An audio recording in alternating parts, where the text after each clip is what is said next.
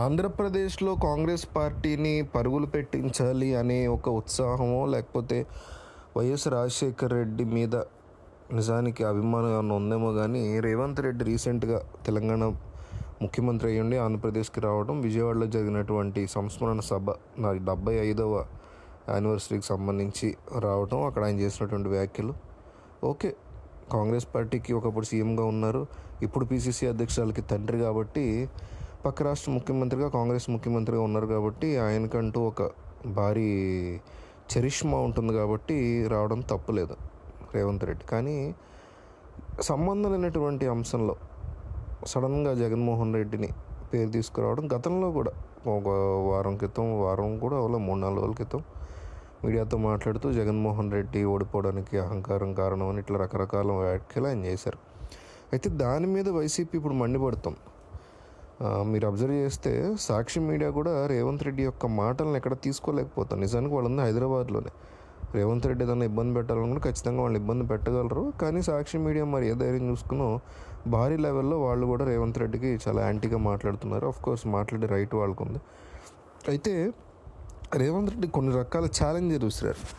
ఎందుకంటే 3-4 రోజుల నుంచి మీరు అబ్జర్వ్ చేస్తే ఆంధ్రప్రదేశ్లో రాజకీయాలు మారబోతున్నాయని, పులివెందుల నుంచి జగన్మోహన్ రెడ్డి రాజీనామా చేస్తారు అని, చేసిన తర్వాత కడప ఎంపీ స్థానానికి పోటీ చేస్తారు అనేటువంటి పుకారు గట్టిగా వినిపిస్తుంది. అది నిజానికి ఒక రకంగా పుకారి. ఎందుకంటే 100% దీంట్లో జరిగే అవకాశాలు ఏంది? అసలు ముందు అవినాష్ రెడ్డి ఎందుకు రాజీనామా చేస్తాడు? జగన్ చేయమని బలవంతం పెడితే బీజేపీకి వెళ్ళిపోతాడు కావాలంటే. ఎందుకంటే వాషింగ్ పౌడర్ నిర్మాలాగా వాషింగ్ మెషిన్ బీజేపీ ఉంది కాబట్టి అక్కడికి వెళ్తే వివేకానంద రెడ్డి కేసు నుంచి బయటపడచ్చు. అంతేగాని ఎంపీ పొజిషన్ కూడా లేకుండా జగన్ కోసం రాజీనామా చేసేస్తే ఉన్నది కూడా పోతే, ఎంపీ పదవి కూడా లేకపోతే వివేకానంద రెడ్డి కేసులో కనీసం ఉన్న ఆఖరి అవకాశం కూడా పోతుంది. సో ఆయన రాజీనామా చేయడు. పులివెందుల నుంచి వైఎస్ భారత్, వైఎస్ విజయం పోటీ చేయడం అంతా కూడా సోది పుకారులేండి. టీడీపీ మీడియా సృష్టించడం పుకారు. అయితే దీని మీద వైసీపీ సపోర్టర్లు ఒక ఛాలెంజ్ విసిరారు రేవంత్ రెడ్డి ఏమన్నారంటే, కడప ఉప ఎన్నిక వస్తుంది త్వరలో, వచ్చినప్పుడు అది కనుక జరిగితే షర్మిల పోటీ చేస్తే నేను వచ్చి షర్మిల పక్కన నిలబడి నేను ప్రచారం చేస్తాను, అక్కడ భారీగా షర్మిలను గెలిపిస్తాను, అంటే జగన్ ఓడిస్తాను అక్కడ అనేటువంటి ఛాలెంజ్ ఆయన చేశారు. దానికి రివర్స్లో ఒక స్ట్రాంగ్ ఛాలెంజ్ని వైసీపీ వాళ్ళు చేస్తున్నారు. అదేంటంటే ఆంధ్రప్రదేశ్ రాజకీయాల గురించి పక్కన పెట్టండి, ముందు మీ రాష్ట్ర రాజకీయాల గురించి చూడండి. మీ రాష్ట్రంలో మీ రాష్ట్ర రాజకీయాన్ని ఒకసారి మీరు అబ్జర్వ్ చేస్తే ఎవరైతే బీఆర్ఎస్ నుంచి వచ్చి ఈ రకమైనటువంటి మీ కాంగ్రెస్ పార్టీలో చేరుతున్నారో, ఫిరాయింపులను ప్రోత్సహించను అంటూనే మీరు ఏవైతే ఫిరాయింపులను ప్రోత్సహించారో ఆ విషయంలో మీరు ఇప్పుడు చేస్తున్నటువంటి ఛాలెంజ్ని, ఏపీలో చేస్తున్నటువంటి ఛాలెంజ్ని మీరు అమలు చేయండి.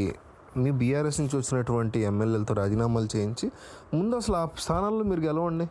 ఏపీ రాజకీయాల గురించి మీకెందుకు? షర్మిల గెలుస్తుంది ఓడిపోతుంది జగన్ మీద మీకెందుకు? ముందు బీఆర్ఎస్ నుంచి వచ్చినటువంటి రాజకీయ నాయకులు, పార్టీలు, ఎమ్మెల్యేలు గెలిచి బీఆర్ఎస్లో మొన్నే కదా వాళ్ళు గెలిచింది.